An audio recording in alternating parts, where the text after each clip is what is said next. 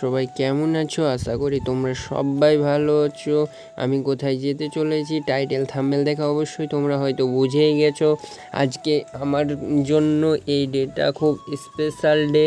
এই ডে আমি কোনো দিন ভুলতে পারবো না। এই ডেটা আমার জন্য সারা জীবন স্পেশাল হয়েই থাকবে। এই স্পেশাল ডেতে আমি আজকে স্পেশাল জায়গায় চলে যাচ্ছি। অনেক বৃষ্টি হচ্ছে, অনেক ঝামেলা, অনেক কিছুর পরেও আমি কিচ্ছু ভেবে সব কিছু অতিক্রম করে আমি আজকে আমার গন্তব্য স্থানে চলে যাচ্ছি। অনেক বৃষ্টি পড়ছে, অনেক কিছু ঝড় বৃষ্টি যতই যা হোক আমি সেখানে পৌঁছাবো মানে পৌঁছাবই। এরকম একটা জিদ ধরে না থাকলে কিছুই হয় না জীবনে কিছু যদি তুমি করতে চাহো তাহলে এভাবেই জিদ করেই করতে হয়, না হলে কিছু হয় না। অনেক বৃষ্টি পড়ছে, তোমরা দেখতেই পাচ্ছ, খুব বৃষ্টি হচ্ছে। বৃষ্টিতে ভিজে ভিজে চলে যাচ্ছি। বৃষ্টিতে ভিজে ভিজে এত কষ্ট করে কোথায় যাচ্ছি না যাচ্ছি তোমরা টাইটেল থাম্বনেল দেখে অনেকেই বুঝে গেছো, আবার অনেকেই বুঝোনি।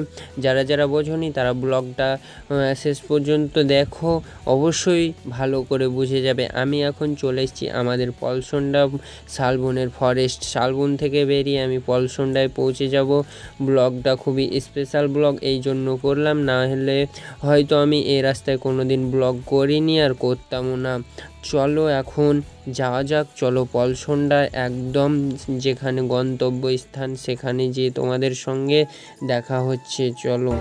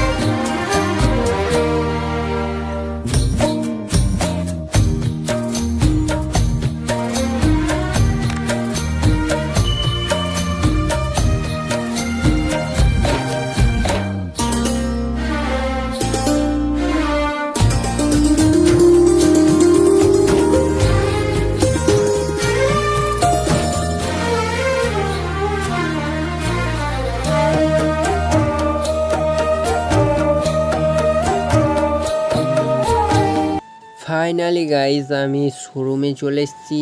ইয়াম্মা শোরুম, পলসন্ডা ইয়াম্মা শোরুমটাতে কত বাইক আছে, কি বাইক আছে, কীরকম নতুন ভার্সনের বাইক, সব কিছু তোমাদেরকে পুরো ভালো করে সুন্দর করে দেখাবার চেষ্টা করব আমি।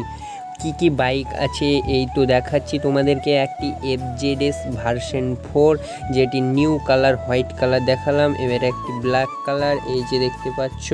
পুরো যত কয়টা শোরুমের মধ্যে বাইক আছে সবগুলোই দেখাবার চেষ্টা করব। রেড FZS ভার্সন 4 দেখতেই পাচ্ছ তোমরা, সুন্দর করে দেখাচ্ছি।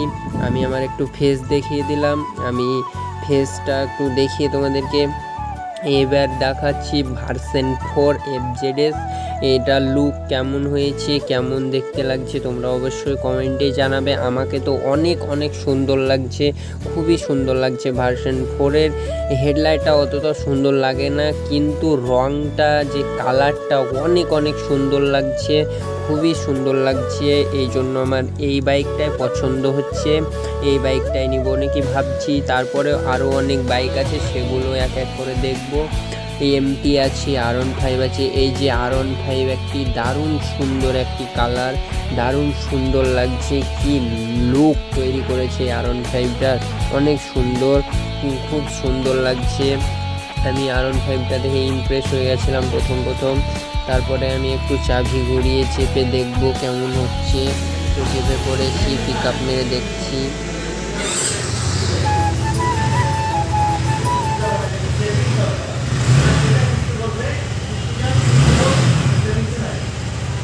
ফাইনালি গাইজ আমি FZS ভার্সন 4 হোয়াইট কালারের বাইকটা সিলেক্ট করলাম।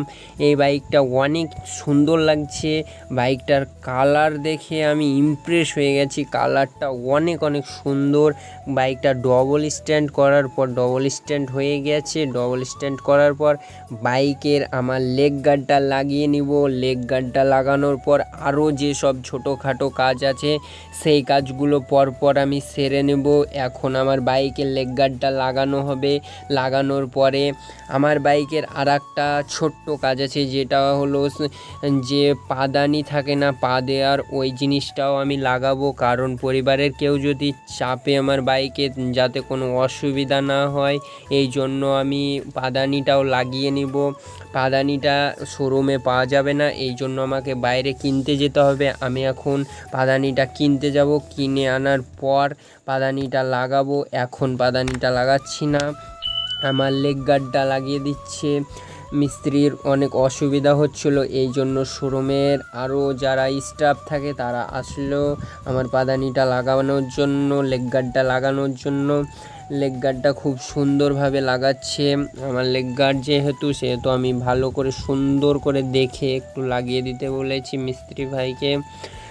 লেগ গার্ডটা লাগানোর পরে আরও ছোট যে কাজ বাইকে, সেই কাজগুলো পরপর আমার সেরে দেবে। চলো, পাদানিটা লেগ গার্ডটা লাগানো হয়ে গেছে। আমি এখন সিটটা খুলে দেখতে বললাম, সিটটা খুলে চেক করছে সিটের কোনো অসুবিধা আছে কি নেই। সিটের অবশ্য কোনো অসুবিধা নেই, সিটটা লাগিয়ে দিল। চলো এখন ক্যাশ মিটানোর পালা, আমার ক্যাশ মিটাবো, তারপরে যাব।